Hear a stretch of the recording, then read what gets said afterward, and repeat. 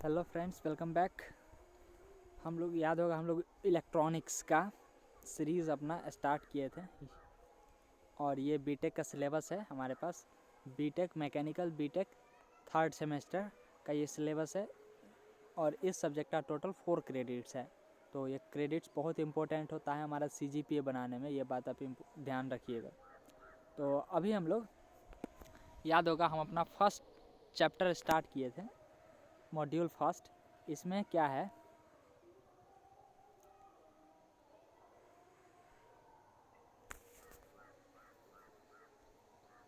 कि तो इसमें क्या है हमारे पास कि फर्स्ट मॉड्यूल में सबसे फर्स्ट हमको पढ़ना था। यहाँ पे ध्यान से देखिए तो आपको दिखेगा कि सेमीकंडक्टर के बारे में हमको फर्स्ट मॉड्यूल का सबसे फर्स्ट टॉपिक जो है वो लिखा हुआ है और उसका चैप्टर भी लिखा हुआ है, जिसमें सबसे फर्स्ट लिखा हुआ है कि हमारे पास जो पढ़ना है हम लोग को वो सेमीकंडक्टर के बारे में पढ़ना है और उसका डिवाइस एंड एप्लीकेशन। सेमीकंडक्टर में जो डिवाइस होते हैं वो और उसका एप्लीकेशन के बारे में पढ़ना है। तो सेमीकंडक्टर का बेसिक थोड़ा बहुत पढ़ना है, जो कि हम लोग 4-5 वीडियो में कवर कर चुके हैं। उसके बाद introduction to PN junction diode, PN junction diode के बारे में हम लोग पूरा अच्छे से कवर कर चुके हैं। नेक्स्ट इसके बाद हम लोग देखें VI characteristics of PN junction diode.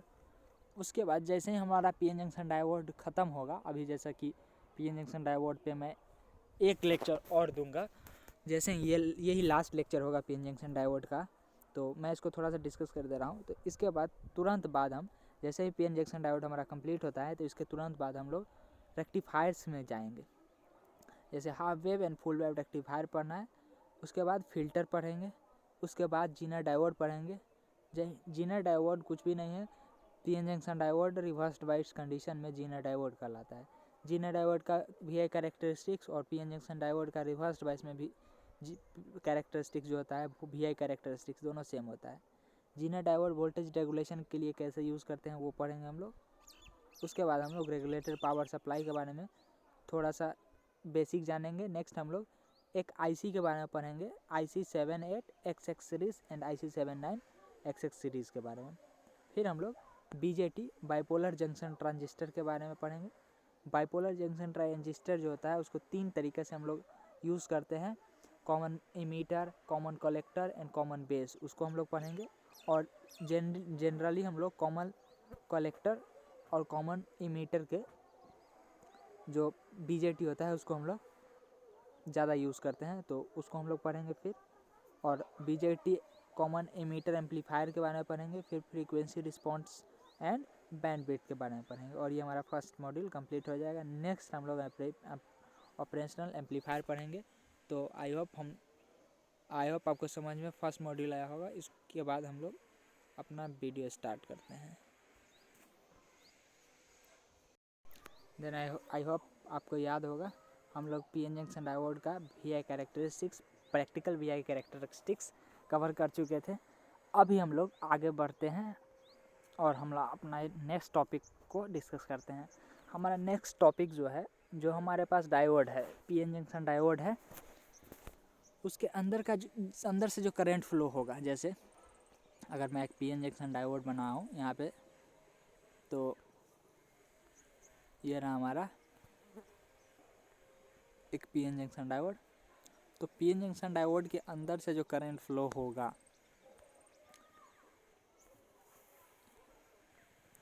ये कुछ इक्वेशंस के माध्यम से होगा। मतलब करंट जो फ्लो होगा वो डिफरेंट वेरिएबल पे डिपेंड करेगा। तो उसका एक फार्मूला होता है, मतलब एक इक्वेशन होता है करंट का। डायोड के लिए करंट का एक इक्वेशन है जो कि डिराइव्ड है पहले से ही। इसका यूज़ हम लोग जानेंगे और इसमें कौन कौन सा टर्म्स क्या है वो जानेंगे। ये हमारे जो न्यूमेरिकल पॉइंट ऑफ व्यू होता है उससे बहुत ज़्यादा इम्पोर्टेंट है। तो हम इसको अभी एक एक टर्म को जानेंगे। ठीक है, चलते हैं। तो इसमें ID लिखा हुआ है एक पॉइंट, नेक्स्ट है आई नॉट, नेक्स्ट ई जो ln e होता है, log e बेस e में होता है वो, नेक्स्ट है q, नेक्स्ट है vd, नेक्स्ट है n, फिर k और फिर t और फिर -1। आई होप आपको दिख रहा हो, इसको मैं फिर से लिख दे रहा हूँ यहाँ पे। तो हमारे पास है I D is equals to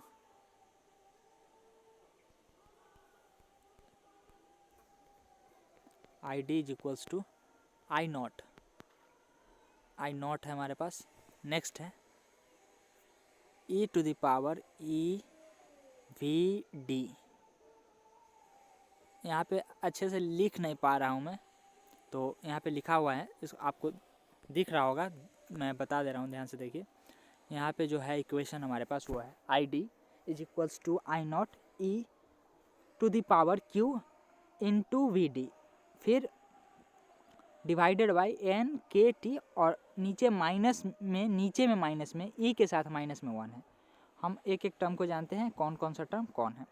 तो आपको दिख रहा होगा लिखा हुआ वी डी जो है डायोड करंट है, आई नॉट सेचुरेशन करंट है, ई यूलर कांस्टेंट जिसका वैल्यू होता है 2.71, वही एल वाला ई। नेक्स्ट हमारे पास q charge of electron, next हमारे पास V D voltage applied across diode, next n non ideal coefficient between a and b, next हमारे पास है non ideality coefficient between 1 and 2, ये एन।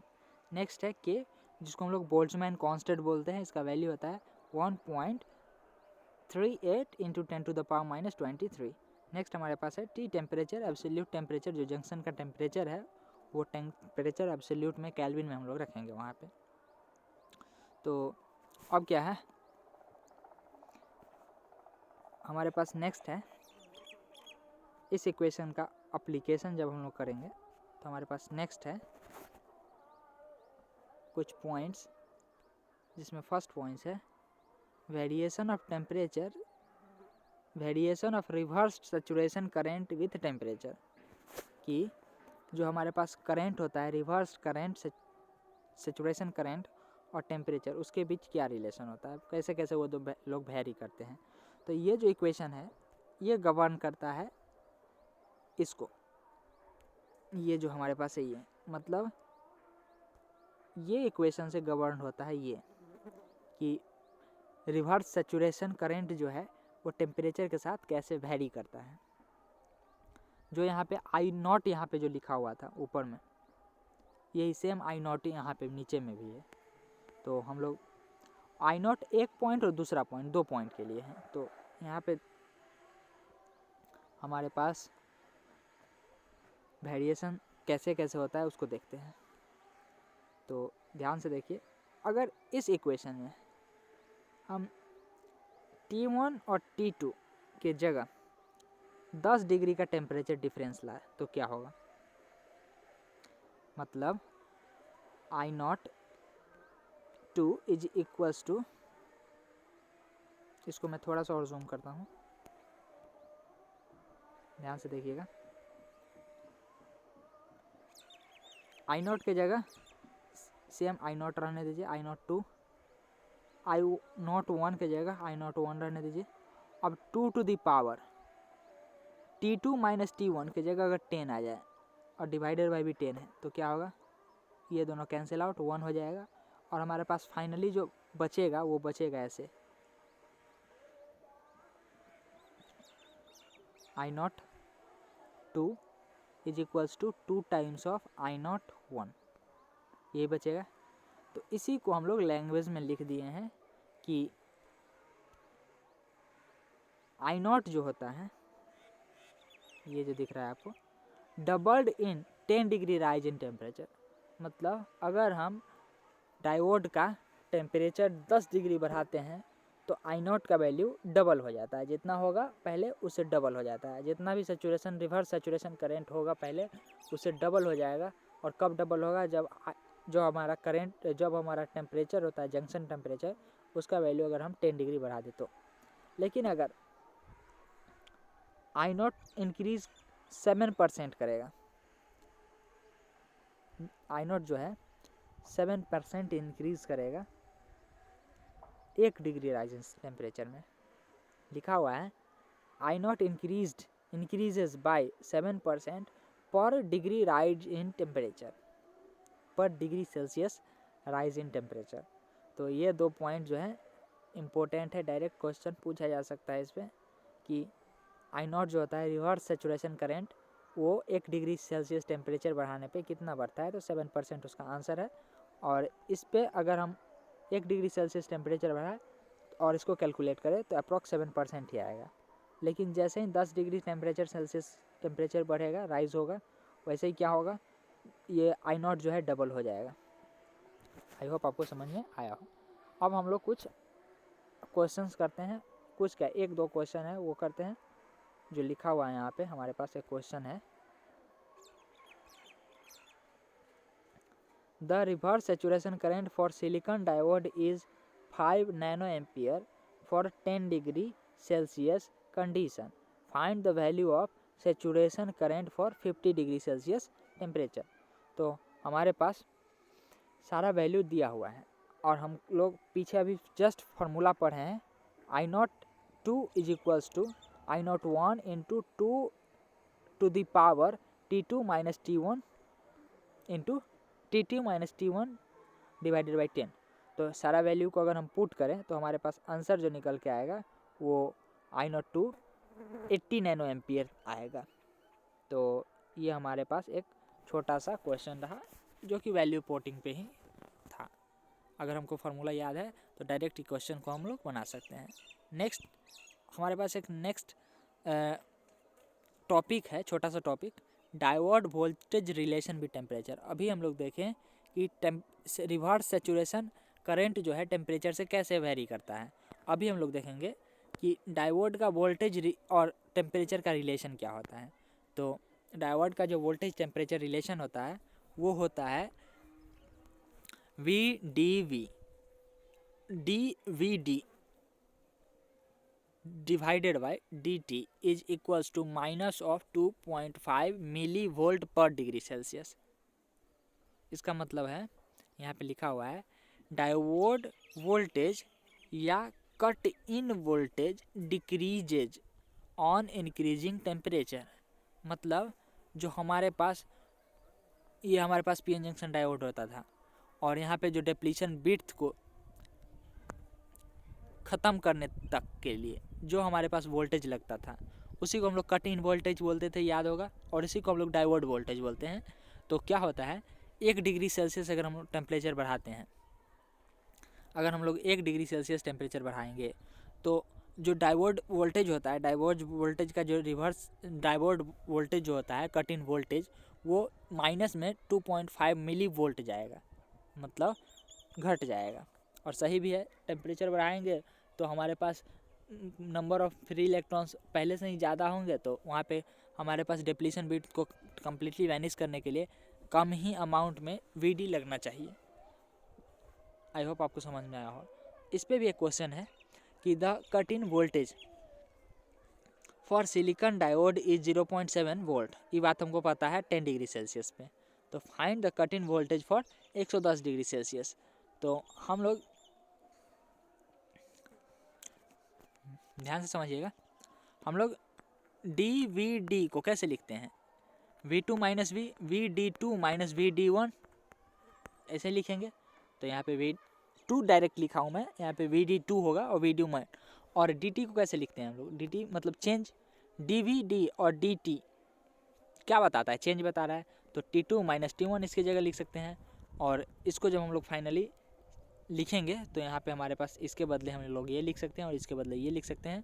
हमारे पास V1 दिया हुआ है, T1 दिया हुआ है, T2 दिया हुआ है और V2 निकालना है। तो हम लोग इस इक्वेशन का यूज़ करके V2 आराम से निकाल सकते हैं। ध्यान से देखिए, 10 डिग्री सेल्सियस पे 0.7 था और 110 डिग्री सेल्सियस पे हमारे पास 0.45 वोल्ट आ गया।